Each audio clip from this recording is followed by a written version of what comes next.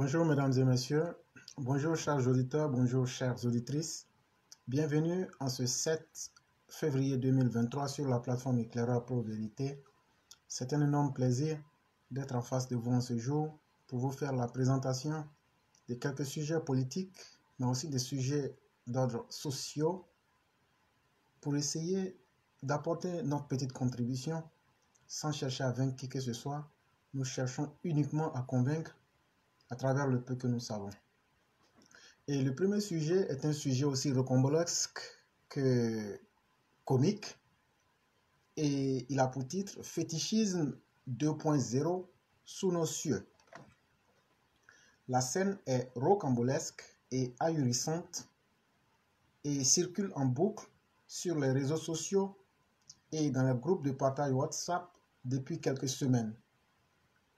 Des individus sans foi ni loi qui vont adorer un fétiche pour neutraliser des autorités policières afin de leur faciliter la tâche dans leurs obscurs boulots.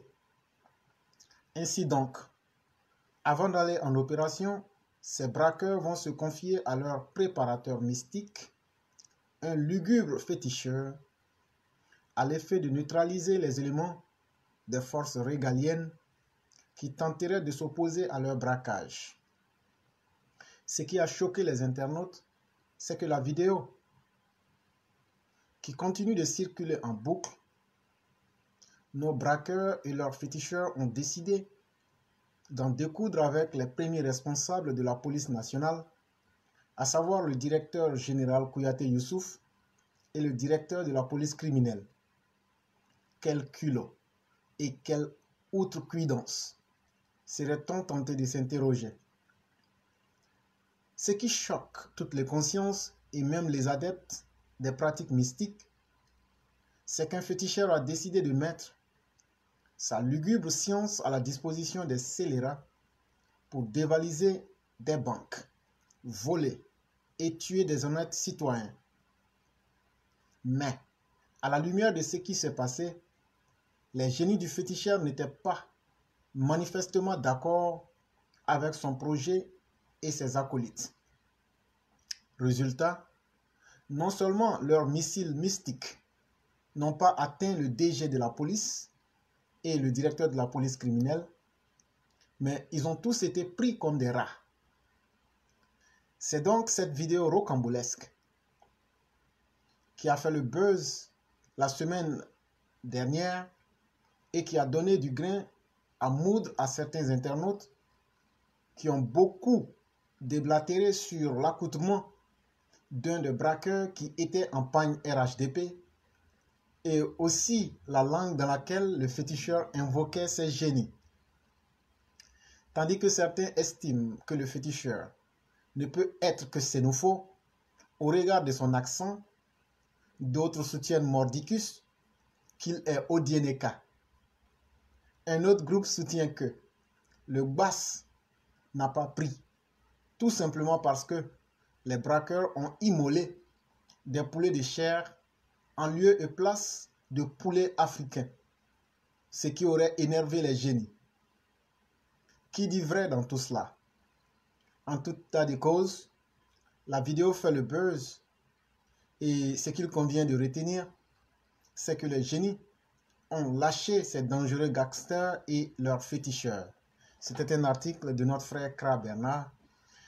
Et il faut dire en vérité que nous avons lu cet article dans un but purement comique, mais c'est un fait réel. Et pour signaler aussi que le crime, ça ne paye pas et que les pratiques mystiques ne peuvent pas être la solution définitive pour atteindre le bonheur. Il faut véritablement travailler, c'est extrêmement important. C'est le travail seul qui peut nous conduire à un résultat véritable. Et malheureusement, certains ne semblent pas l'avoir compris et pensent que en volant, en tuant, en choisissant les raccourcis, ils peuvent atteindre leurs objectifs. Mais c'est peine perdue. Quand la réalité vous rattrape, vous finissez comme ces féticheurs xénophobes et ces braqueurs au Dineka ou vice-versa. Toujours est-il qu'il est dit que qui s'assemble se ressemble. Et j'ai beaucoup aimé cet article qui est à la fois comique Et comme pour dire que nous aimons vraiment tous les peuples de la Côte d'Ivoire. Et c'est intéressant de voir aussi quand même l'aspect comique qui a pu accompagner ce buzz sur la toile. Le sujet numéro 2. Abus de campagne électorale. Le riz Big Togo distribué gratuitement à Yopougon est hors la loi. Devenu président de l'Assemblée nationale en Côte d'Ivoire suite au décès d'Amadou Soumaoro, précédé de la démission forcée de Soro Kibafori Guillaume, le député d'Aboville, M. Adama Big Togo commence par dépasser les bornes dans son obsession d'être élu maire de Yopougon. En Côte d'Ivoire, la conscience collective associe le nom d'Adama Big Togo à la corruption et au détournement de fonds publics. Les Ivoiriens se remémorent l'affaire des déchets toxiques qui, en son temps, avait précipité l'éviction de Big Togo du gouvernement en 2012. Big Togo était accusé d'avoir détourné 2 milliards destinés à l'indemnisation des victimes. À 10 mois des législatives d'octobre prochain, Big Togo est donc en pleine campagne à Yopougon, au nez et à la barbe de la CEI de façon illégale.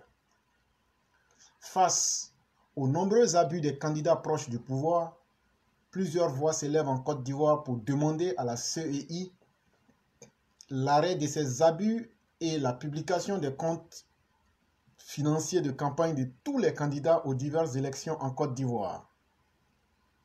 Car c'est ici que commence la transparence dans la gestion future des municipalités et collectivités locales.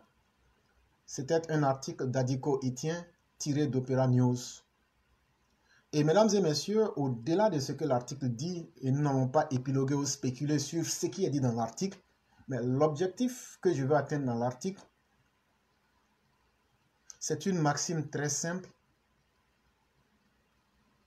qui est de dire et de respecter ce qui est bon pour moi, mais aussi pour les autres. Il convient de dire, comme le Christ nous le disait, ne fais pas autrui ce que tu n'aimerais qu'on te fasse.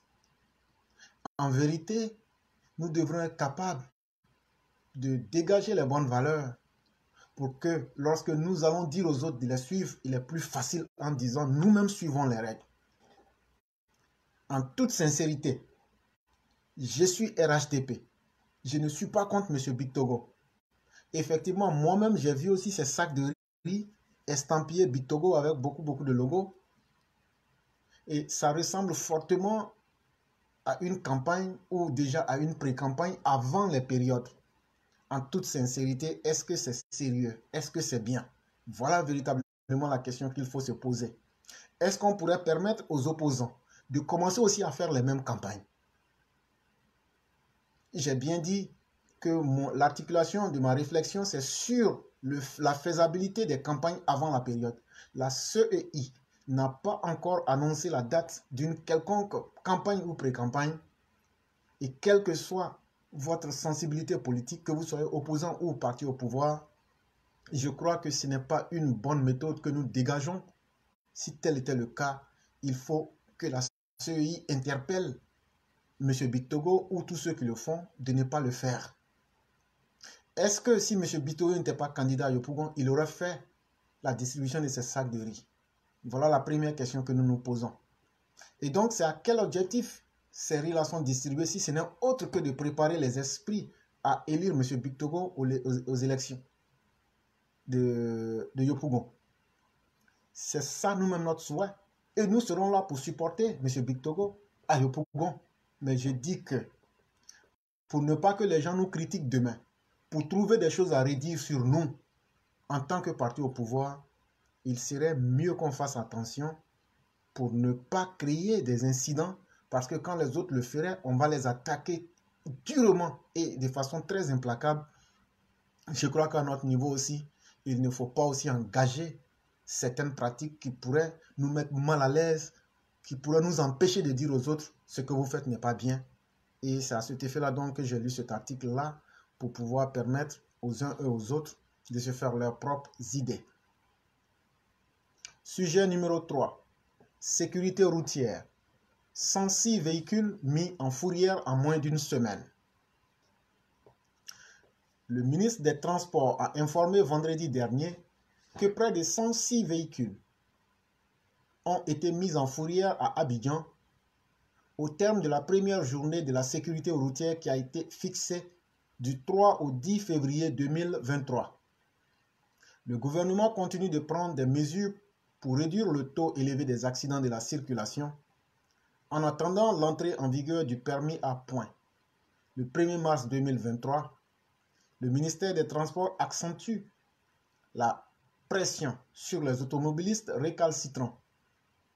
Dans le cadre de la semaine de la sécurité routière fixée du 3 au 10 février 2023, officiellement lancée le vendredi 3 février 2023 à l'esplanade de l'immeuble Postel 2001 à Abidjan au Plateau par Dioman Koné, le directeur de cabinet du ministre des Transports. Les premières mesures sont tombées.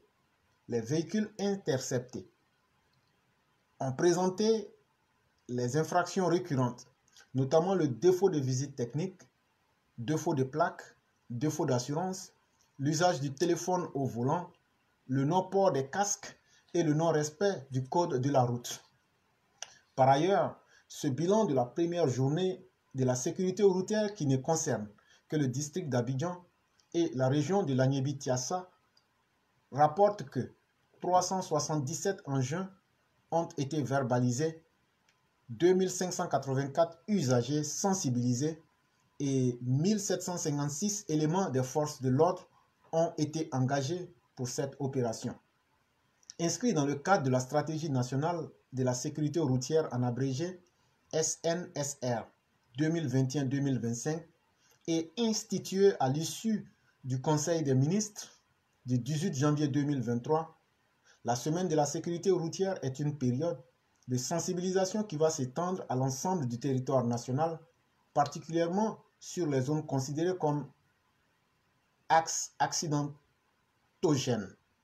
Il s'agira pour les acteurs du ministère des Transports, appuyés par la police nationale, la gendarmerie nationale, la police spéciale de la sécurité routière, en abrégé PSSR, et l'Office national de la sécurité routière OSER, et les acteurs du secteur routier, de procéder durant 7 jours à une sensibilisation accrue, accompagnée également de répression contre les mauvais chauffeurs.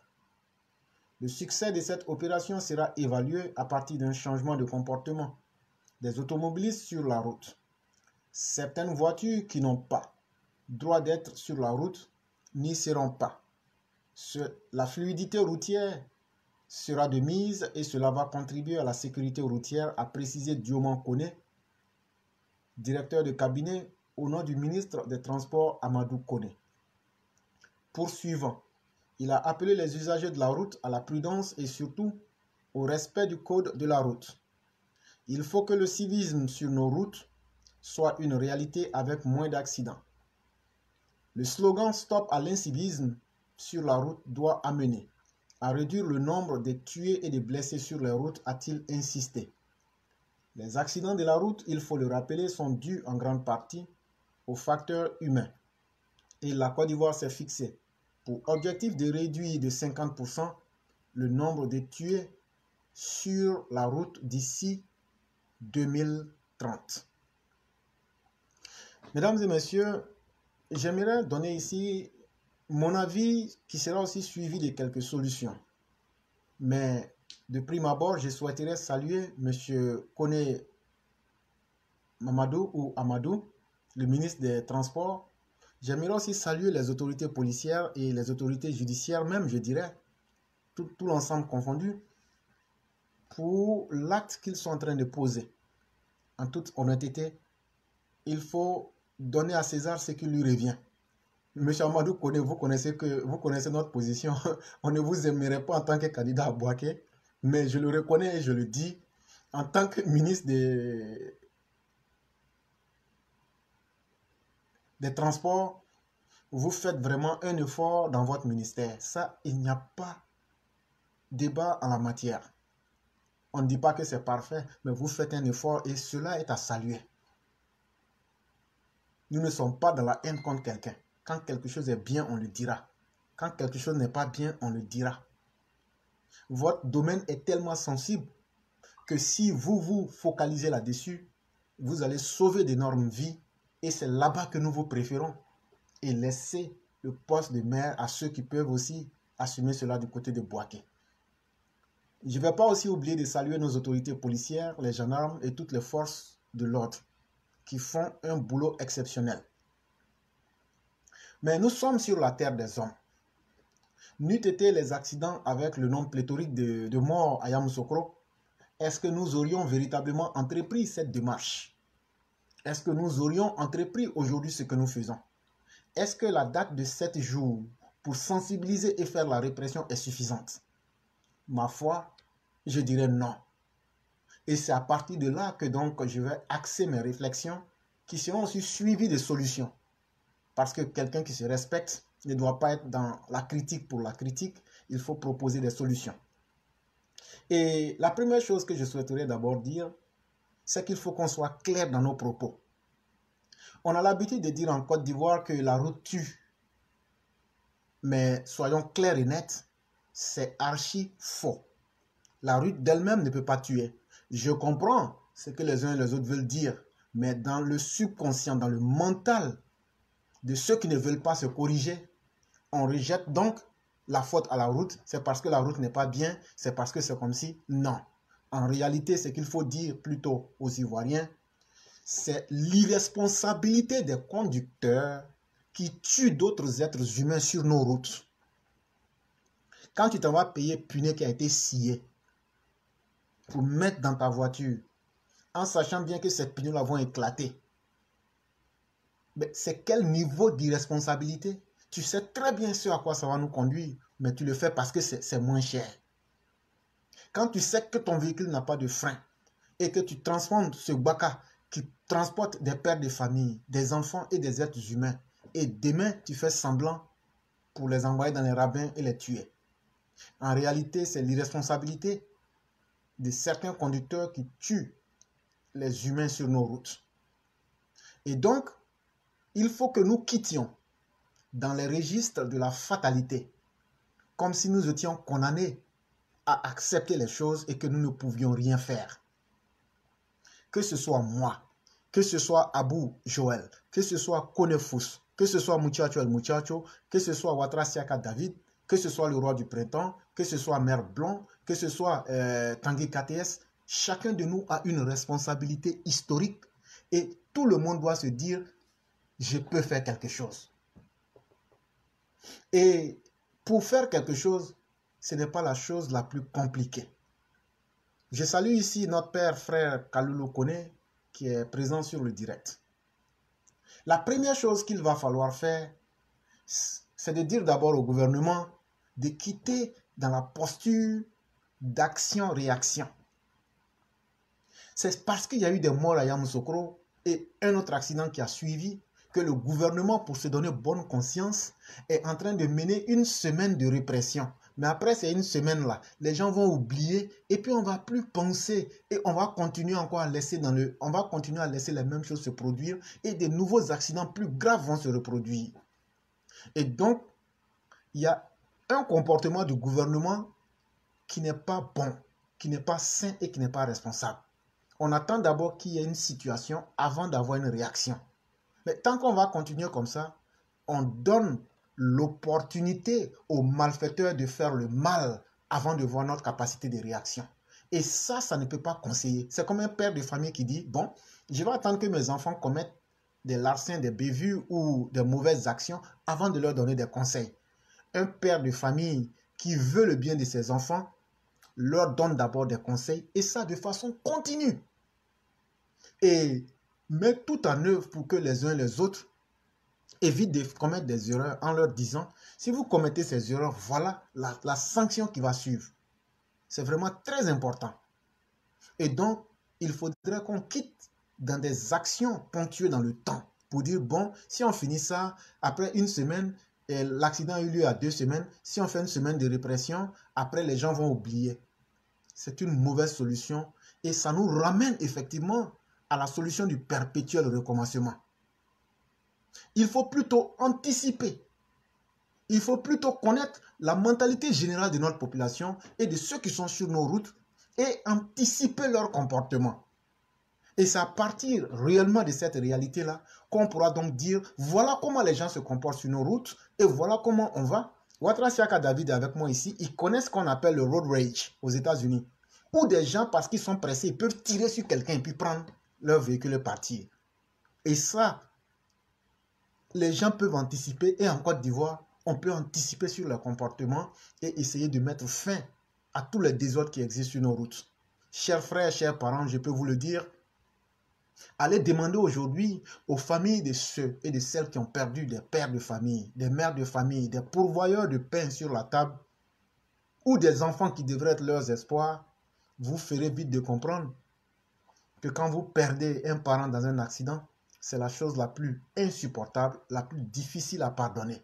Parce que vous en voulez à toute la société et ce n'est pas vraiment bien. Et quand on regarde aujourd'hui le nombre exponentiel des morts sur nos routes, il faut bien que les autorités corsent et soient plus dures dans la répression.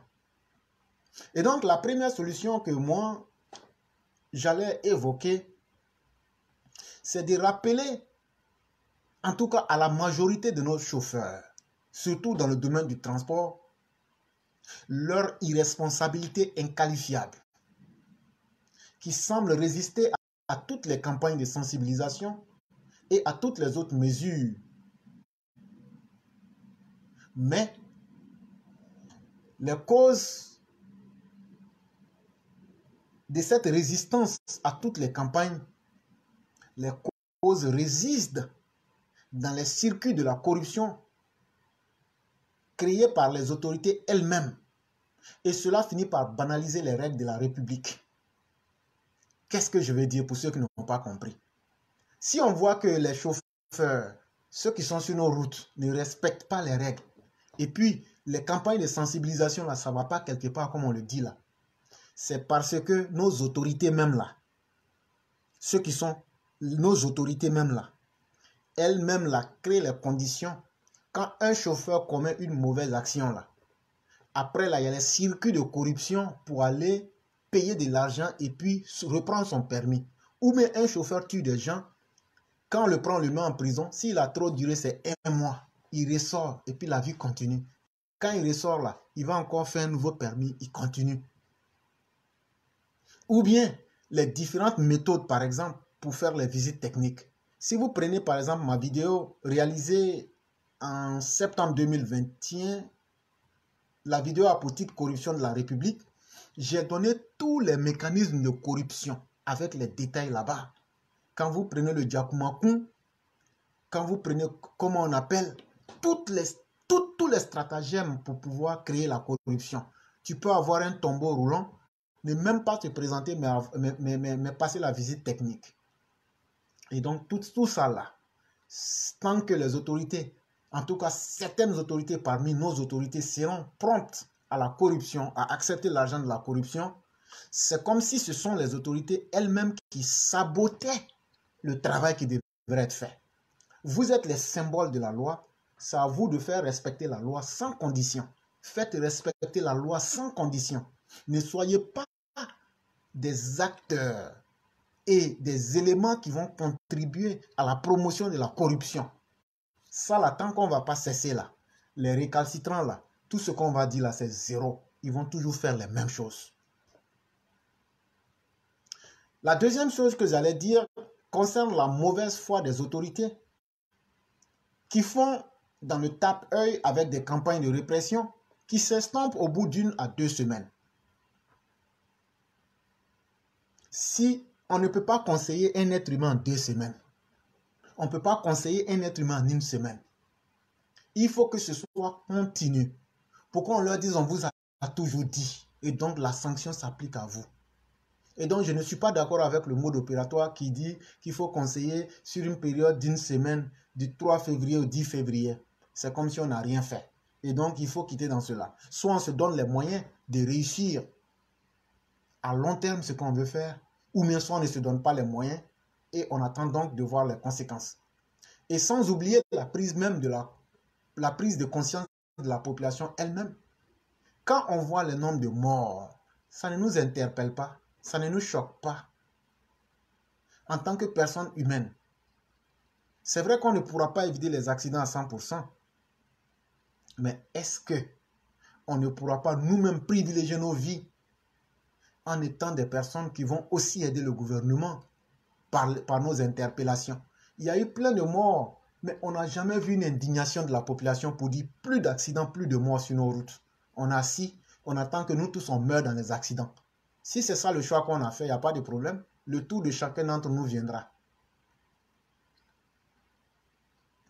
La troisième solution que personnellement j'allais donner, c'est qu'il faut infliger des peines d'emprisonnement fermes aux différents chauffeurs fautifs. Et la peine, sinon la durée de ces emprisonnements, sera fonction du degré de la gravité des fautes commises. Ces peines-là devront être assorties d'une interdiction irréversible de toucher au volant de tout véhicule affecté ou non au transport. Ça veut dire quoi? On se connaît entre nous. Tant qu'on ne nous fesse pas là, nous ne comprenons rien. Surtout dans le domaine du transport. Les gens pensent que c'est quand tu as échoué dans ta vie carrément qu'il faut aller faire le transport. Alors que c'est carrément le contraire. Le transport est un domaine noble. Le transporteur n'est pas moins méritant que le médecin. Parce que c'est lui qui permet la mobilité. C'est lui qui permet de faire fonctionner le monde. Le médecin nous maintient en bonne santé. Mais celui qui nous fait bouger, celui qui fait quitter un individu d'un point A à un point B, est le moteur de la mobilité des hommes. C'est extrêmement important. C'est grâce aux chauffeurs qu'on mange. C'est grâce aux chauffeurs et aux pilotes qu'on arrive à retrouver nos parents qui sont dans des lieux reculés. Mais si ces personnes-là deviennent des gangsters sur la route, c'est comme si tu confies ton argent à un voleur. Qui peut parmi nous accepter d'aller confier son argent à un arnaqueur ou à un gangster? Mais aujourd'hui, nous, les populations de la Côte d'Ivoire, on accepte de confier nos vies à des gangsters dans des véhicules qui ressemblent à des tombeaux roulants. Ça, chers Ivoiriens, ayons le courage de le dire. Souvent, quand tu vois certains de ces chauffeurs-là, tu sens même que ce sont des bandits. Mais nous, on rentre dedans et puis on dit allons seulement. Et donc, il va falloir que ces gens-là, qui se comportent mal, quand les autorités les condamnent, il faut les condamner de façon ferme pour que quand elles vont ressortir, elles puissent dire aux autres, vraiment, le temps n'est plus le temps d'avant. Le temps là, c'est le temps d'Alassane Ouattara. Quand tu commets une infraction, quand on te condamne là, tu vas subir la dureté de la loi. Quand on va faire ça une fois, deux fois, trois fois, et que ça va devenir un exemple dans les têtes, vous allez voir, les gens vont se corriger. En Côte d'Ivoire, nous ne sommes pas des extraterrestres. Souvent, la répression donne des résultats. Et ça, il ne faut pas se mentir. C'est à nous-mêmes de faire le travail et d'intensifier le travail. Il ne faut pas banaliser nos vies. Il ne faut pas banaliser la fonction de chauffeur. Mais en Côte d'Ivoire, on s'amuse avec tout. Jusqu'à s'amuser avec nos propres vies. Tant qu'il n'y a pas d'accident là, il n'y a personne qui va voir un chauffeur qui a bu Bellet, un chauffeur qui a bu Calao, un chauffeur qui a bu Vodi, un chauffeur qui a fumé Ban, un chauffeur qui a fumé d'autres substances comme le Batana et autres. Mais on est là seulement, même si allons seulement. C'est dans allons seulement là tu vas mourir. Mais toi, tant que tu n'es pas mort là, tu ne prends pas conscience. Tu banalises ta propre vie. Et donc, il faut qu'on soit sérieux. Et il faut que les chauffeurs ou les récalcitrants qui vont commettre des erreurs fatales sur nos routes soient durement condamnés pour que les gens sentent qu'il y a un changement. Et ça, c'est vraiment important. La quatrième solution ou possibilité que j'aurais pu donner, il faut donner la capacité à nos usagers de dénoncer et de signaler tous les manquements afin de sanctionner sévèrement les contrevenants. Je m'explique. Moi, je suis en train de passer. Je vois un véhicule. Je suis assis dedans, mais je vois la route. Comme les barras là. Et il faut que le ministère des Transports donne la possibilité aux gens. Si je suis dans ce bac là, je prends la photo ou la vidéo avec les matricules et je dis, bon voilà, sur base de preuves bien sûr. Je dis, voilà, il y a tel baka qui fait l'axe. C'est un exemple que je prends. Par exemple, Divo, Abidjan. Et voilà les manquements qui sont dedans. Avec preuve à l'appui, avec les numéros de référence, tout. Et on doit créer comme Spatia. J'envoie ces informations là-bas. Si le ministère peut traquer ces personnes en temps réel et les mettre en fourrière, ça va les aider, les autorités policières, dans leur travail pour traquer tous les engins de la mort qui se retrouvent sur nos routes et qui se font appeler véhicules. C'est vraiment très important. Et donc, la contribution de nous-mêmes, les populations, qui sera appuyée par l'onction même des autorités, à dire de dénoncer en temps réel les manquements. Une fois qu'on va tomber dedans, là, vous allez voir qu'il y a beaucoup de choses qui vont changer. Parce que chacun sera le policier de l'autre. La cinquième chose que je proposerai, il faut bannir à vie tous les conducteurs qui causeront la mort des passagers et des citoyens. Parce que c'est très important. Et si on n'applique pas des mesures fortes, on ne va jamais arriver à des solutions. Figurez-vous qu'à un moment, lorsqu'on avait essayé de voir, de traquer les véhicules sans pièces, surtout les barres de Kennedy et autres, dans la journée, ils ne sortaient plus. Ils se cachaient. Ils se cachaient pour sortir la nuit.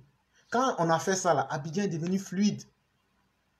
Mais après, 1 ou 2 semaines, ils ont arrêté. Ces mêmes engins sont sur la route et commettent des morts tous les jours. La cinquième solution que j'aurais proposée, c'est qu'il faut supprimer le gangstérisme à grande échelle, nommé syndicat entre guillemets dans le transport ivoirien. Les syndicats qui sont en réalité des djihadistes, des gangsters, des brigands, des filous, mettent extrêmement la pression sur les chauffeurs, à tel point que ceux-ci sont obligés d'enfreindre aux lois.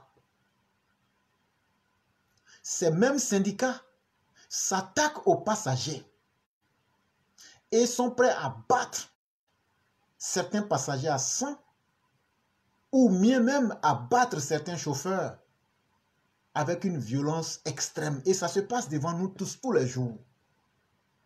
Les syndicats, ce sont des personnes qui n'ont pas de véhicule, qui n'ont aucun droit légal d'existence. C'est en fait des groupes d'individus qui sont devenus extrêmement violents et qui s'imposent à la société ivoirienne. Et ils peuvent décider de n'importe quoi et de rien et imposer leurs règles. Par exemple, quand je prends Abobo Adjamé, à certaines heures, ils vont vous dire que c'est devenu 500. Entre 16h et 18h30, là, ils imposent leur dictat. Ou bien, quand on te prend à Adjamé, à Renault, on va te déposer à la Makassi. De Makassi, on va aller te déposer en milieu de route. Ainsi de suite, pour quelqu'un qui devrait aller d'Adjamé, qui devrait aller peut-être à Agnaman, vous allez payer peut-être 1000 francs pour arriver. Tout ça là, ce sont les syndicats là qui sont à la base. Ce qui fait qu'il n'y a pas un prix fixe. Et quand tu veux t'opposer, ils vont te battre à sang, que vous soyez chauffeur ou pas. Et dans le cas des chauffeurs, les syndicats sont devenus tellement dangereux et tellement puissants que les chauffeurs ne sont obligés que de payer tout ce qu'ils demandent pour être en paix. Mais dans ce processus, donc, les chauffeurs, il y a une pression de pouvoir gagner plus. Parce que si tu enlèves pour chauffeur, tu enlèves pour le propriétaire, tu enlèves pour les syndicats, tu enlèves pour les autres, ça devient beaucoup. Toi-même, tu gagnes quoi à la fin? Rien. Donc, ça fait que les chauffeurs roulent, mais ils sont déjà déstabilisés. Comment je vais faire pour gagner quelque chose? Mais ça, c'est la faute de ces syndicats-là. le ministère devrait mettre fin aux syndicats. Je dis bien aux syndicats. Ils n'apportent rien d'utile. Ils ne sont là que pour créer des problèmes et des problèmes.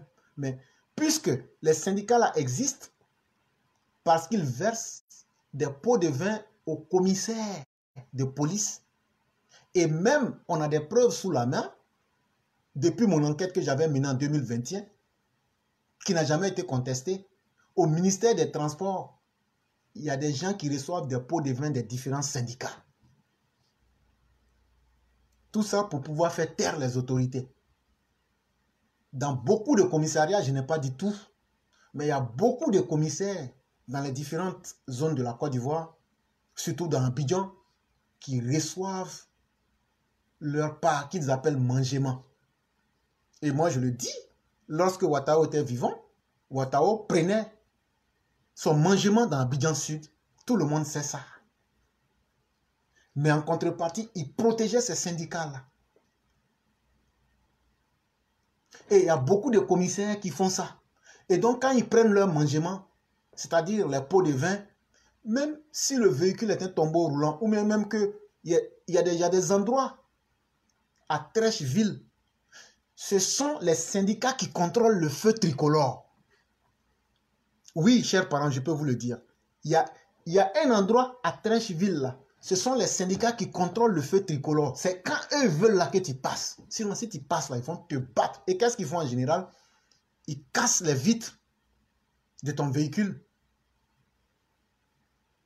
Quand tu veux résister, eux te disent là que même quand le feu est à ton avantage, là, s'ils te disent de t'arrêter, tu es obligé de t'arrêter. Parce qu'eux, ils ont déjà payé le commissaire. Donc là, eux font leur loi sur la route. Ils le font aux chauffeurs. Et donc tout ça, quand on regarde le mal que représentent aujourd'hui ces syndicats-là, il est très important qu'on puisse mettre fin à cette pratique-là. On entend les conseils du gouvernement, tout est beau, mais parler des syndicats. Faites une enquête pour dire que ce que moi, Éclaireur Pro Vérité, est en train de dire, c'est du mensonge. S'il vous plaît, tout le monde connaît le mal. Soit on est en train de les supporter et donc le gouvernement est complice avec les autorités policières et le ministère du Transport. Je n'accuse pas tout le monde. Je n'accuse pas tout le monde. Mais il y a certaines personnes au ministère là-bas qui prennent des pots de vin avec les syndicats. La majorité des commissaires prennent leur guet. Ils appellent ça mangement mais guet. Tout le monde connaît. Mais c'est quand un malheur nous frappe maintenant, qu'on s'assoit maintenant pour dire ça arrive maintenant là, si je savais. Au moment où tu dis ça là, ton parent est mort, c'est là, c'est ça que tu regrettes. Mais quand ce sont les parents des autres là, tu t'en fous. On est dans une société d'inconscients. Et donc ça aussi, il faut changer. C'est vraiment très important. Et pour ceux qui veulent savoir ou avoir plus d'informations, comme je le disais, allez sur notre page Facebook Éclaireur Pro Vérité et tapez la République de la corruption. C'était une enquête que j'avais eu à effectuer lorsque j'étais à Abidjan en 2021, je pense bien.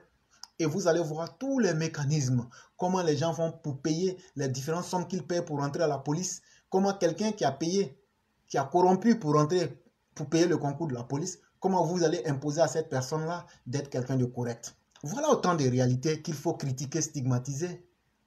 Et si on veut une société correcte, il faut éviter de se mentir, il faut toucher les problèmes à la base et dire aussi les vraies solutions. C'est vraiment important. Le sujet numéro 4 a pour titre le régime de dictature et de junte militaro-civile est antinomique au projet et au programme de décolonisation. La décolonisation politique, économique, sociale et culturelle d'un pays précédemment colonisé ne s'effectue jamais au moyen d'un régime de domination, d'un régime de dictature militaire ou de junte militaro-civile locale, d'un groupe d'activistes qui prend le pouvoir d'État par la force, place la société et l'économie sous son contrôle total, fait du repli sur soi, de la fermeture au monde extérieur, de la répression de toute contestation et de toute critique, les critères de la souveraineté nationale, réduit la politique intérieure et la politique étrangère de l'État à la stigmatisation et à la chasse à des prétendus ennemis intérieurs et extérieurs, impose comme mantra et vérité nationale son idéologie autocratique de légitimation, son arbitraire, sa doxa et sa propagande soi-disant anticolonialiste et souverainiste. L'histoire récente de l'Afrique postcoloniale a toujours démontré que ce type de pouvoir autoproclamé substitue toujours au colonialisme exogène d'antan un colonialisme endogène, un pouvoir prédateur local qui s'appuie sur une garde prétorienne de mercenaires étrangers et de milices tribales ou claniques locales pour réprimer le peuple et conserver définitivement le pouvoir d'État. C'était une analyse de notre père Alexis Diet. Et là, vous aurez vite fait de comprendre que nous sommes en train de parler du Mali, du Burkina, où en réalité des systèmes qui disent et qui s'autoproclament comme des forces pour essayer de corriger certaines situations, mais en réalité, ces forces aujourd'hui deviennent des forces de répression, des forces même plus barbares que les colons. Et aujourd'hui, dans des pays comme le Burkina et le Mali, quand on regarde aujourd'hui le comportement de ceux qui sont à la tête de ces pays, cela nous amène à réfléchir plus d'une fois. Et en toute sincérité, je pense que ces peuples-là sont en train de commettre des erreurs suicidaires en pensant qu'ils sont en train de faire du bien à leur peuple, en s'excluant des réalités du monde. Je salue ici notre frère Blokis Kone, je salue notre frère Alphonse Folloton, pardon, et bienvenue sur la plateforme Éclaireur Pro Vérité 2.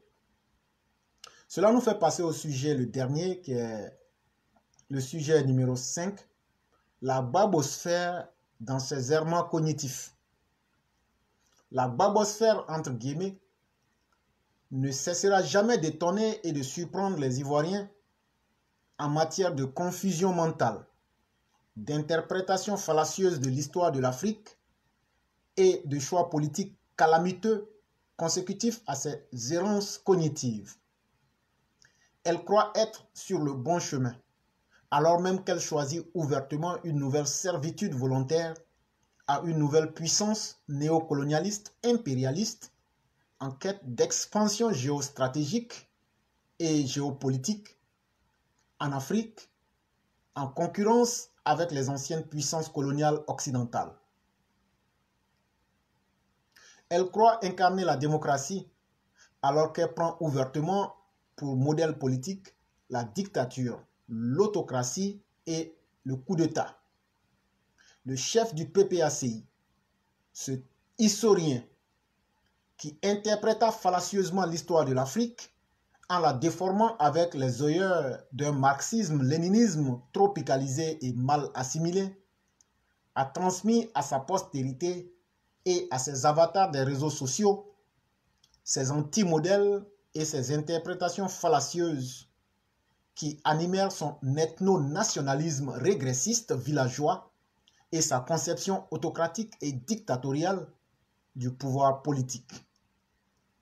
L'un des crimes irrémissibles de M. Laurent Gbagbo fut, comme je l'ai montré dans un article dédié « L'origine des enfants microbes en Côte d'Ivoire », d'avoir corrompu psychiquement une partie de la jeunesse ivoirienne et de lui avoir transmis en héritage ses anti-modèles. L'œuvre de reconstruction nationale et de démocratisation en Côte d'Ivoire doit être menée en tenant compte de ce lourd héritage. Ce d'autant plus que le chef du PPACI tira profit d'un procès judiciaire bâclé à la CPI, grâce auquel il a pu se décharger de ses responsabilités politiques, de sa culpabilité pénale pour se poser en victime. C'était un article de notre père Alexis Diet. Je dis merci à tous ceux qui nous ont suivis. Merci à tous ceux qui, à cette heure tardive pour certains, selon votre zone géographique, Et comme vous le savez, à nos coutumes, je ne pourrais pas, parce qu'en réalité, la vidéo ne devrait pas être publique, mais elle l'a déjà été. Et donc, c'est devenu donc une habitude. Je ne pourrais donc pas vous laisser partir sans vous demander si certains ont des questions. Parce qu'à partir du moment où la vidéo est visible, comme je le dis, il est donc important que je puisse vous donner la parole pour poser quelques questions. Et donc, au nom de cette réalité-là, si quelqu'un a une question, n'appelez pas, posez simplement votre question à partir des commentaires et je vais me faire fort de pouvoir vous donner la réponse. Et donc, ceux qui ont des questions à poser, vous pouvez le faire, ça ne va pas du tout nous gêner. Et si Dieu merci, il n'y a pas aussi de questions, je crois que ça sera la chose la plus intéressante. On va directement mettre fin au direct. Et comme je l'ai dit, ce sera aussi avec un plaisir. Et donc, je ne sais pas s'il y a peut-être une ou deux questions. On allait les répondre. Et je crois qu'il y a quelqu'un qui a eu... Il y a M. Konefous qui avait donné un avis que j'avais envie de lire. Malheureusement, nous n'arrivons pas à le faire. Bonjour éclaireur, je pense que l'arrivée de Ndri Narcisse au RHDP. Cher frère, l'arrivée de Ndri Narcisse, c'est un non-événement. Et je l'ai expliqué hier dans une vidéo. Et je l'ai expliqué de façon très simple. Ndri Narcisse, là, normalement, il devrait se retrouver en prison. Il vient au RHDP parce qu'il n'a plus, il a vu que le modèle AFI a marché. AFI, s'il devient quelqu'un qui va copiner avec le RHDP, on ne va plus dire qu'il va aller en prison. Donc, il vient au RHDP en copiant le modèle AFI pour ne pas que demain aussi lui, il est en prison. La deuxième chose, allez reprendre nos émissions en mars 2021. J'avais dit que tous ces opposants-là allaient se rallier au RHDP. Mais ils vont se rallier pour quelle cause? Ils ne se rallient pas parce qu'ils ont une idéologie. Ils ne se rallient pas parce qu'ils sont convaincus par le travail d'Alassane Ouattara, le président. Ils se rallient simplement parce que eux, aujourd'hui, ils ne peuvent pas concevoir qu'ils fassent la politique sans vivre des bénéfices de la politique.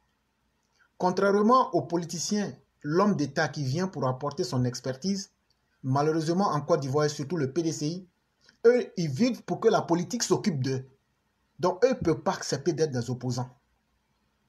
Il y a Abdikawe qui l'a dit. Mais c'est que nous tous, on va mourir de faim. Si Alassane Ouattara travaille bien, là, eux vont mourir de faim. C'est le réflexe naturel du PDCI. Et donc, c'est la faim qui les fait ramener là. Mais ils viennent surtout pour quelle mission? Ils n'ont pas pu vaincre Alassane Ouattara à distance. Et donc, ils viennent en tant que des espions. Ils viennent en tant que des personnes qui vont s'approcher maintenant pour espionner. Qu'est-ce qui a fait qu'en 2020, on n'a pas pu battre Alassane Ouattara? C'est pour ça qu'ils viennent. Et maintenant, ils se disent que en faisant ça, on va donc détruire Alassane Ouattara de l'intérieur vers l'extérieur. Puisque de l'extérieur, on n'a pas pu l'avoir. On a fait le complot avec même les djihadistes, avec les Maliens, tout n'a pas marché. Donc maintenant, il faut essayer d'aller à l'intérieur pour pouvoir détruire ce qui a fait la force du RHDP. Et malheureusement, le RHDP lui-même semble être pris dans ce jeu-là. Parce que les gens du RHDP se disent quoi? Plus on va capturer ces personnes-là, plus on va être capable de dire que nous sommes un parti qui est devenu fort et qui arrive à ratisser. Mais ces personnes qu'on ratisse là, il y a combien de militants que Ndri Narcisse va faire entrer au RHDP? Pratiquement rien. La puissance que le RHDP a est une puissance qui a permis de mettre Alassane Ouattara au pouvoir. Ça, c'est la première puissance du RHDP. Et la deuxième puissance du RHDP, c'est la puissance et le charisme d'Alassane Ouattara. À cause d'abord son charisme et sa puissance. Mais au-delà de cela, le travail qu'il a fait est le meilleur produit qui se vend partout.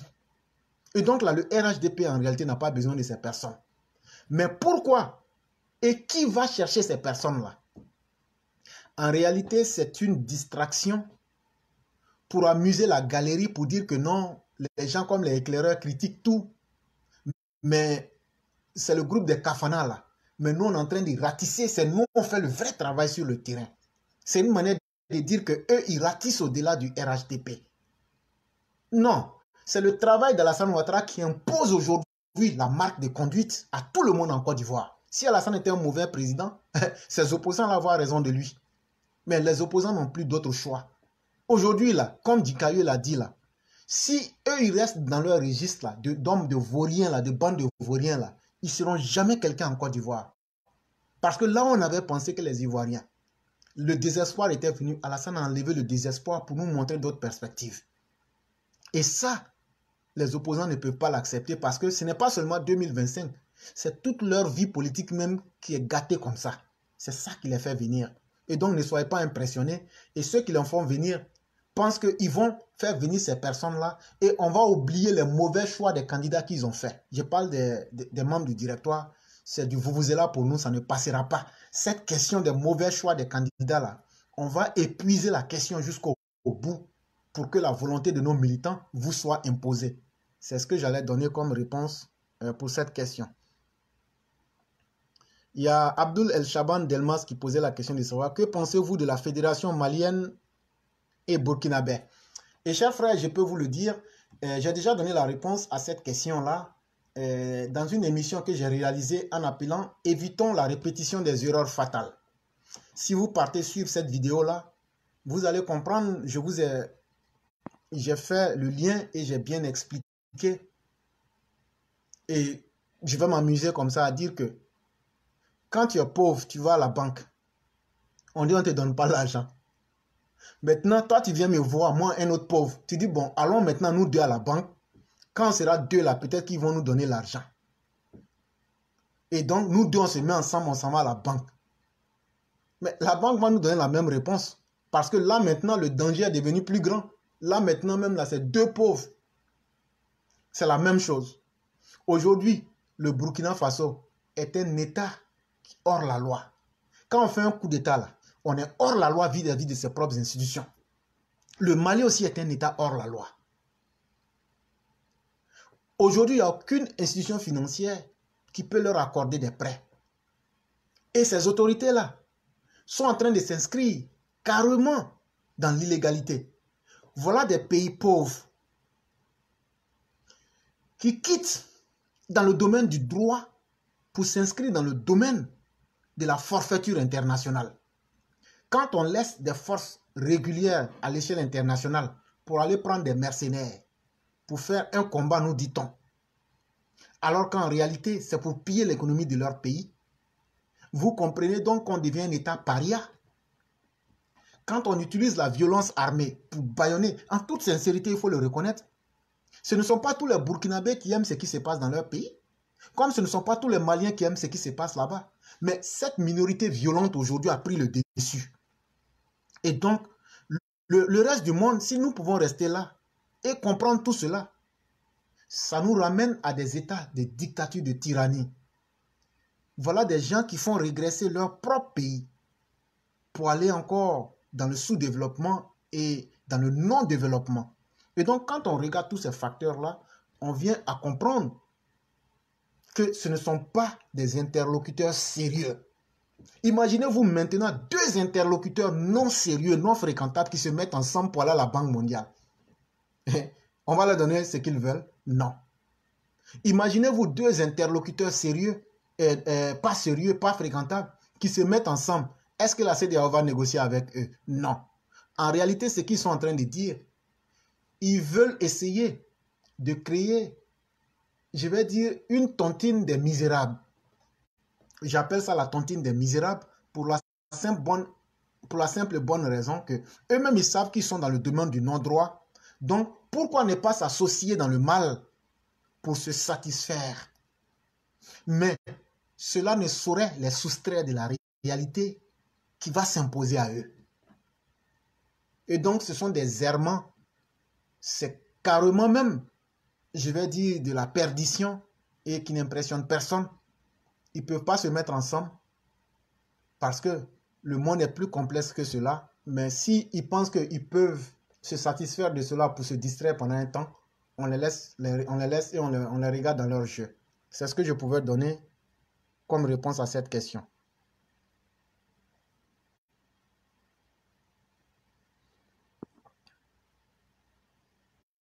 Effectivement, c'est un soutien dans le mal. Et il y a M. Fofana, DG Follow, qui posait la question de savoir comment faire pour obtenir un crédit pour finaliser un projet.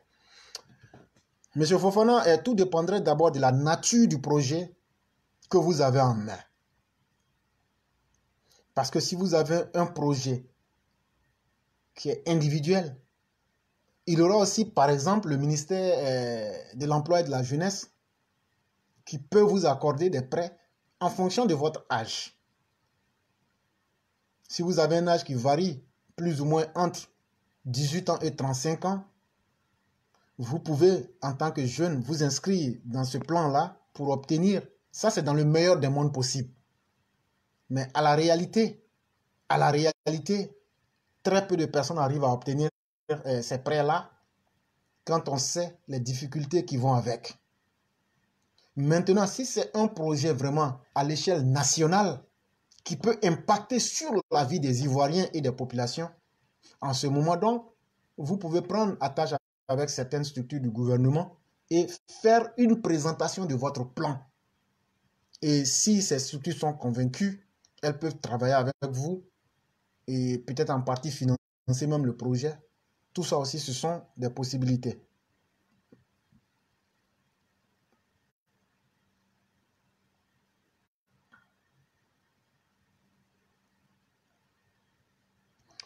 Il y a notre frère Ouattara Siaka David qui demandait, mais pourquoi le ministère de la Construction donne des approbations sur certains lotissements pour la vente et après les sursis arrivent pour l'obtention des ACD.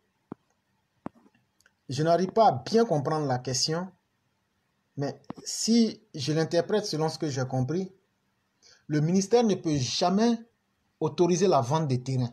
Non. Le ministère peut approuver une zone, c'est-à-dire donner un titre foncier global. C'est ceux qui ont acquis le terrain ou peut-être des villageois qui ont leur terrain. Si le terrain a été approuvé, ce sont les villageois ou bien les propriétaires qui peuvent vendre les terrains.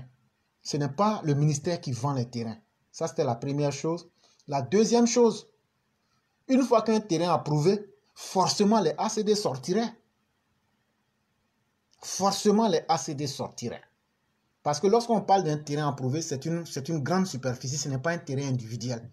Après l'approbation du terrain, c'est là maintenant dans le morcellement, quand on partage en petits morceaux, chacun va aller faire son ACD et puis après obtenir le reste des papiers.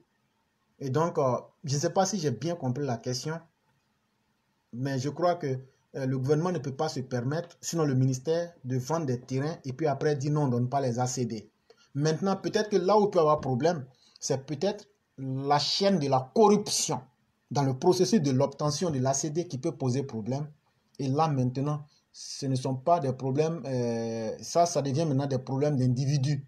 Et la chaîne de corruption dans ce ministère, c'est ce que je pouvais donner. Je ne sais pas si la réponse sera satisfaisante. Il y a notre frère Abdul Shaban qui dit, au vu de l'article du journal Le Monde que vous avez publié sur le financement de Wagner par le Mali, à long terme, est-ce que le Mali pourra honorer ses engagements envers Wagner? Non, cher frère, ça ne peut pas continuer. Et si vous remarquez très bien, je ne sais pas, l'année dernière, le Mali a fait une levée de fonds. Mais ces levées de fonds qui ont été faites, demandez-vous à quoi est-ce que l'argent a servi. Et quand vous faites vite le lien, vous comprenez que c'est pour combler les dépenses de ces mercenaires-là et les dépenses lugubres que ces personnes réalisent. Et ils ne peuvent pas, pour résumer la réponse. En réalité, un moment va arriver là, où Wagner même va étrangler même les gens du Mali. Parce que ces gens-là, ce ne sont pas en réalité des militaires, ce sont des mercenaires. Ce sont des barbouzes. Ils ne sont pas comptabilisés dans l'armée officielle. Ce sont des véritables mercenaires. Et quand ils n'obtiennent pas ce qu'ils veulent, ils peuvent se retourner contre toi. Ça aussi, c'est la marque des mercenaires. Les gens s'amusent avec les choses. Mais la réalité, elle est simple. Un mercenaire vit sans foi ni loi. Un mercenaire ne vit là où il gagne ce qu'il veut. Et un mercenaire ne vend à son service que qu'à celui où il gagne le plus. Si Assimi fait l'erreur de ne pas pouvoir, et ça sera le cas à l'avenir, d'être incapable de payer ces personnes-là, faites-moi confiance, ce qu'ils ont fait à Damiba, la même chose va arriver à Assimi Goïta. Ils vont créer les conditions pour le balayer et mettre quelqu'un d'autre. Et la même chose risque d'arriver aussi à Traoré. J'ai déjà expliqué le mécanisme. Et c'est malheureux, mais c'est comme ça que ces gens aiment cela.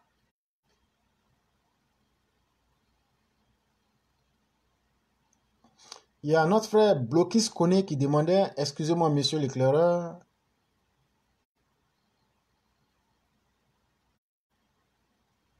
excusez-moi monsieur, la classe a des projets pour monter des projets pour les jeunes. Je ne sais pas si votre question était de savoir si on a des projets ou si on peut montrer comment monter des projets aux jeunes. Même si nous pouvions le faire, nous ne le ferions pas. Vous savez qu'il est dit que l'expérience est le meilleur maître d'un homme. Cela ne veut pas dire qu'on est méchant. On peut conseiller, mais on ne le ferait pas. Quand on a subi beaucoup de méchanceté avec beaucoup de difficultés, on n'aimerait pas aujourd'hui se mettre à la place des personnes.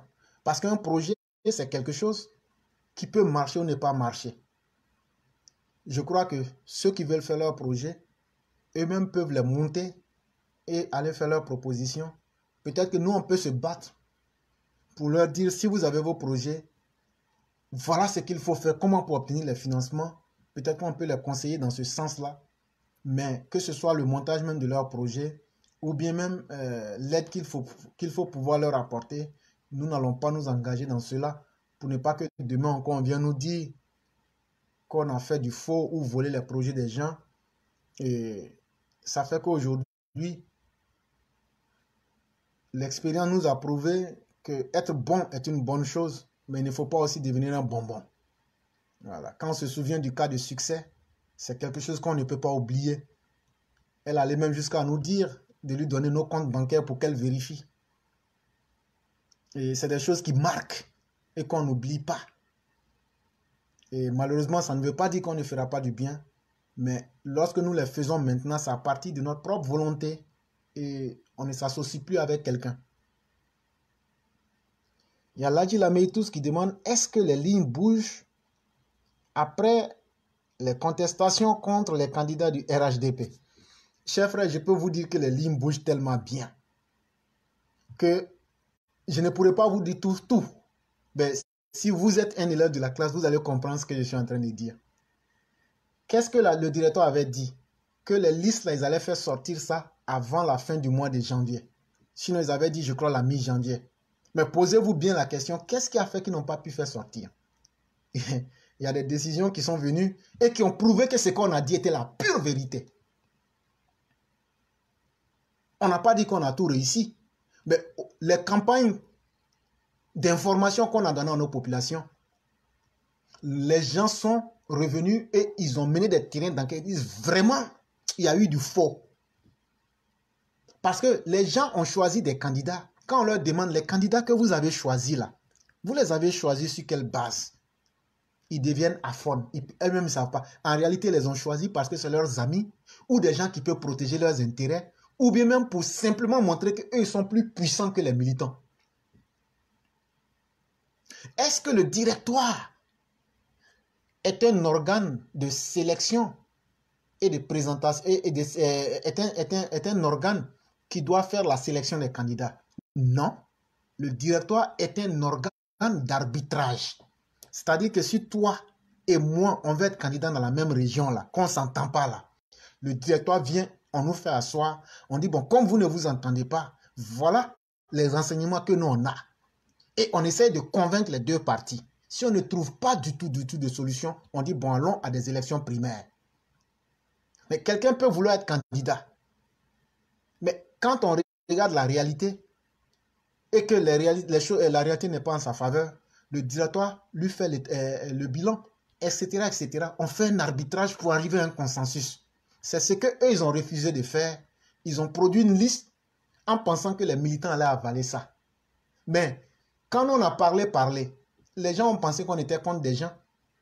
Durant la semaine passée, là, il y a Boaflé, il y a Brobo, il y a Boaké, après Odiéné, après Sataman Sokora, après plusieurs autres villes qui se sont réveillées et qui disent, si vous voulez le pire, on va vous imposer des ventes sanctions. Donc, comme pour dire que nos différentes sorties ont eu les effets escomptés, sinon là, si on était resté comme ça, et c'est ce que nous allons continuer. Si vous vous souvenez, je leur avais dit ici que la classe éclaireur pro-vérité sera très ferme en ce qui concernera les élections à venir et qu'au pire des cas, on va être la bête qui va leur causer tous les soucis. Ils avaient pensé qu'on s'amusait, mais aujourd'hui, eux-mêmes au sein du directoire sont à se dire, si on avait su, on n'aurait pas mis, on ne serait pas allé trop vite en besoin. Et je crois que si vous comprenez très bien ce que j'ai dit, sinon c'est des gens là, ils sont très récalcitrants et ils voient les militants comme rien. Ils auraient fait leur forfaiture pour passer. Mais c'est notre communication là qui les a mis en mal. Et surtout que notre communication n'est pas basée sur... Moi qui vous parle là, je n'ai jamais dit que je serai candidat. Et j'ai toujours dit que je ne soutiens personne. Je ne soutiens que la vérité. Il faut que dans toutes nos régions là, les choix soient le plus consensuels possible. Parce que ces élections ne sont pas seulement des élections de mairie. Ça engage même la stabilité de notre pays en 2025. Et ça, on ne peut pas jouer avec.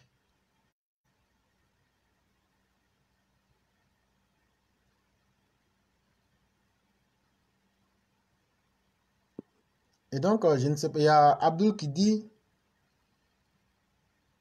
s'il y a retour à l'ordre constitutionnel au Mali, est-ce que l'État malien, avec à sa tête un président démocratiquement élu, pourra poursuivre le groupe Wagner et les membres? Oui, cher frère, le prochain gouvernement qui viendra pourra effectivement poursuivre les dirigeants de la transition. Parce qu'une transition même de soi-même, c'est un état d'exception. On a bouleversé l'ordre constitutionnel et on essaie de reprendre à zéro. Et donc, actuellement, même eux-mêmes, ils sont dans l'illégalité. Et donc, tout ce qu'ils ont pu faire, si on a un gouvernement responsable qui revient, on peut effectivement passer à la loupe et leur demander, bon, vous dites que vous avez fait chasser la France, mais est-ce que vous avez pu reconquérir les territoires? Non. Bon, ce que vous avez fait venir là, vous leur avez donné des sommes. Est-ce que ces sommes que vous leur avez données là ont servi à quoi donc? Ces gens-là vont répondre.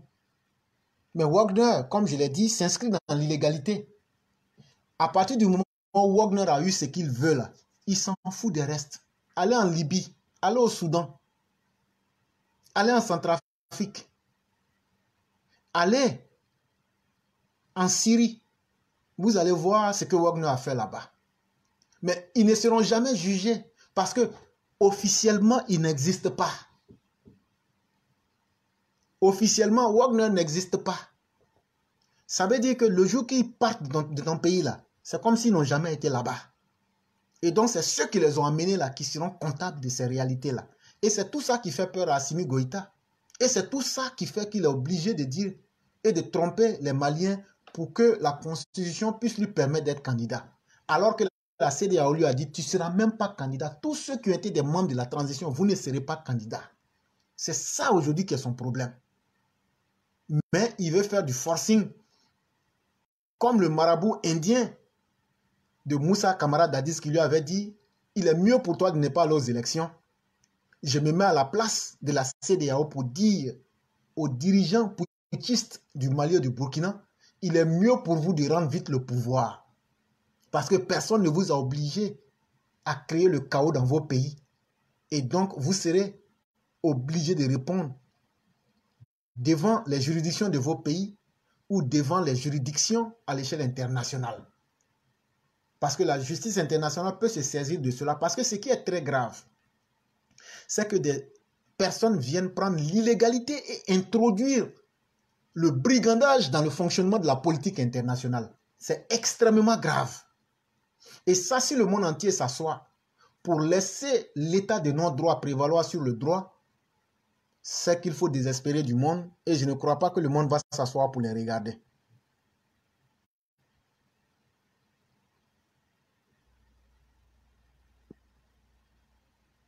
Il y a notre frère Blokis Kone qui demande, j'aimerais savoir si la sécurité à nos frontières pour des personnes qui arrivent chez nous. Et chers frères, je peux vous dire de faire confiance à nos autorités, même quand vous voyez le déferlement de ces 8700 qui sont rentrés tout dernièrement, les autorités maîtrisent tout et comprennent très bien les enjeux. Je comprends aussi la question que vous posez. Est-ce que des djihadistes ne pourraient pas s'infiltrer parmi ces personnes et avoir un beau matin un nid de djihadistes à l'intérieur de la Côte d'Ivoire? Et donc, est-ce qu'on ne sera pas victime de notre propre gentillesse? Mais je peux vous dire que nos autorités ont aujourd'hui tous les moyens de pouvoir lutter efficacement contre le djihadisme.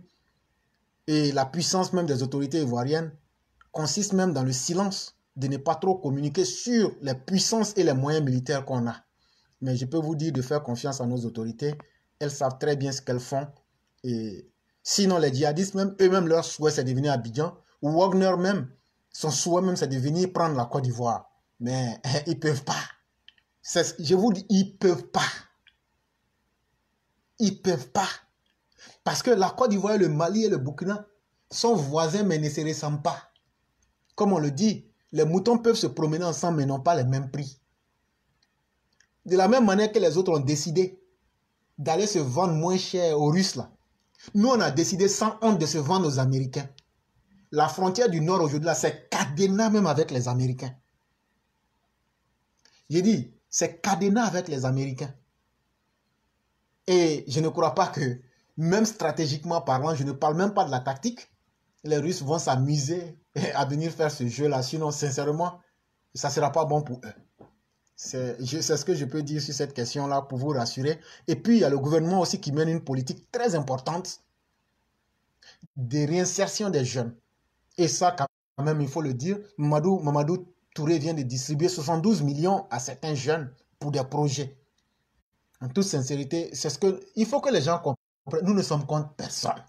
Quand quelque chose est fait là, nous on dit. Quand quelque chose n'est pas fait, on dit.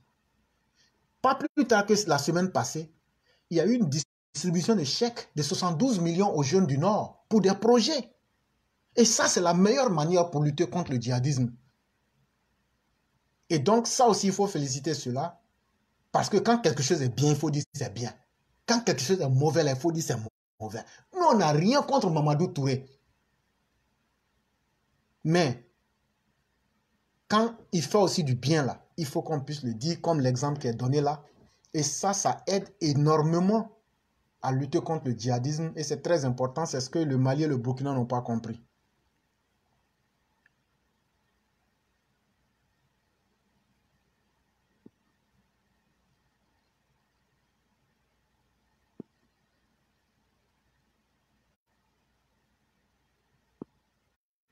Et je vois qu'il n'y a plus de questions. Et je crois que satisfaction, il y a, je pense bien pour ma part. Et il y a Fofana DG Follow qui posait la question de savoir est-ce que le ministre peut nous accompagner dans le domaine de l'agriculture, des céréales, des tubercules sur une superficie de 30 hectares. Mes chers frères, ça c'est un projet qui est simple à réaliser. Vous partez dans un village, même déjà avec 30 ou 20 millions, vous gagnez, je vais dire, vous pouvez faire la location et puis commencer déjà ce projet-là. Voilà. Et moi, je le dis en toute sincérité, la meilleure manière de commencer un projet, tant que vous pouvez le faire avec vos propres moyens, même si c'est à une échelle réduite, faites-le d'abord. Parce qu'un projet, c'est d'abord un projet. Que le projet puisse être viable ou pas, ce n'est pas la grandeur du projet qui va vous déterminer cela. Mais plus vous pouvez commencer à petite échelle et au fur et à mesure augmenter, c'est bon. Aujourd'hui, tu ne peux pas investir dans l'agriculture et puis dire que non, ça n'a pas marché. Ça, ce n'est pas... bon, on ne peut pas dire que ce n'est pas, ça ne c'est pas faisable, mais quand même, ça serait difficilement quelque chose qui puisse échouer. Et donc, ce que je vous aurais recommandé, pour ne pas dire que quelqu'un a volé votre projet, commencez ça à petite échelle en fonction des moyens que vous avez. Et si vous savez que vous ne voulez pas aller seul, pourquoi ne pas vous entendre avec certaines personnes, vous mettre ensemble, avoir un peu plus de moyens conséquents et puis partir. Ça aussi, c'est possible.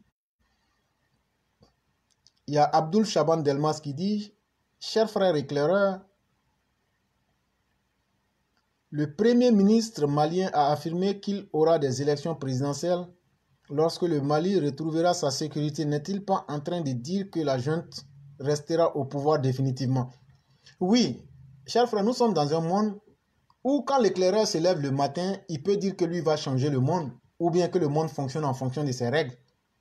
Mais les mêmes sanctions économiques, qu'est-ce que le président Ouattara a dit après la libération de nos 43?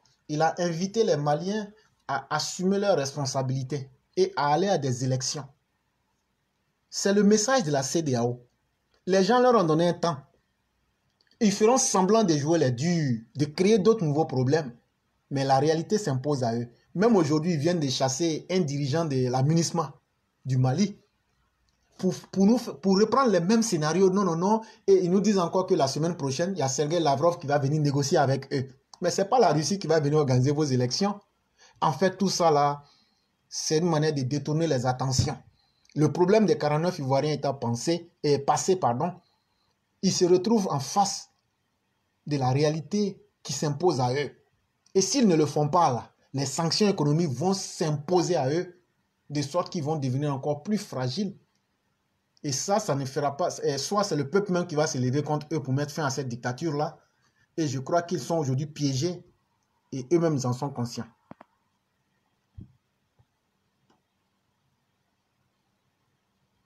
Il y a notre mère Fiona Koura qui demandait, au lieu que ces jeunes tentent l'aventure de l'immigration clandestine, il est mieux de les retenir sur place avec des projets d'insertion. Effectivement, c'est ce que le gouvernement a bien compris. Et j'ai pu vous le dire qu'ils font ce qu'ils peuvent. Et il y a Ladji Meitous qui a dit quelque chose qui est très vrai. Africom et les Français se côtoient et ils sont aux frontières nord. Voilà, pour ceux qui peuvent comprendre ce que ça veut dire, c'est ce que ça veut dire. Voilà. Et donc, monsieur Fofana DG, si vous avez déjà les terres, donc c'est déjà l'idéal. Voilà, ne vous cassez pas la tête, faites juste ce que vous pouvez et le reste viendra après. Voilà. Allez doucement, mais de façon sûre, et vous verrez que les choses vont marcher pour vous. Il y a Abdul Delmas qui demandait... Ok, on a déjà répondu à cette question. Je salue notre frère Valim Sissé qui dit bonjour à la classe. Et je pense bien que les questions ont été répondues.